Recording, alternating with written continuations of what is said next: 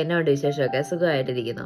അപ്പോൾ ഇന്ന് ഈശ്വരവചനം നമ്മളോട് സംസാരിക്കുന്ന യാക്കോബ് 1:19 എൻ്റെ പ്രിയ സഹോദരരെ ഓർമ്മിക്കുവിൻ, നിങ്ങൾ കേൾക്കുന്നതിൽ സന്നദ്ധതയുള്ളവരും സംസാരിക്കുന്നതിൽ തിടുക്കം കൂട്ടാത്തവരും കോപിക്കുന്നതിൽ മന്ദഗതിക്കാരും ആയിരിക്കുവിൻ. ശരിക്കും പറഞ്ഞാൽ ഇതിൻ്റെ നേരെ ഓപ്പോസിറ്റാണ് ഞാനും എന്നെ കേൾക്കുന്ന പലരും ആയിരിക്കാം. ഞാനിങ്ങനെയാണ് കേട്ടോ. കാരണം വെച്ചാൽ ഇതിൻ്റെ നേരെ റിവേഴ്സാണ്. കാരണം വെച്ചാൽ ഈ ഒന്ന് പറഞ്ഞു കഴിഞ്ഞാൽ അതിന് തിരിച്ച് 10 പറയും. പിന്നെ എന്താ പറയുക, ഈ റബ്ബർ പന്തില്ലേ, ഇങ്ങനെ ഈ അടിച്ചു കഴിഞ്ഞാൽ തിരിച്ച് ഇങ്ങോട്ട് തിരിച്ചു പോരുന്ന അതേ സ്പീഡിൽ ചോദിക്കുന്നതിന് ചോദ്യം ഉത്തരമൊക്കെ ഒരുമിച്ച് കൊടുക്കുന്ന അങ്ങനെ ഒരു ടൈപ്പ് ആളാണ് ഞാൻ. അപ്പം അതൊക്കെ കുറേയൊക്കെ ബെറ്ററായി വരുന്നു.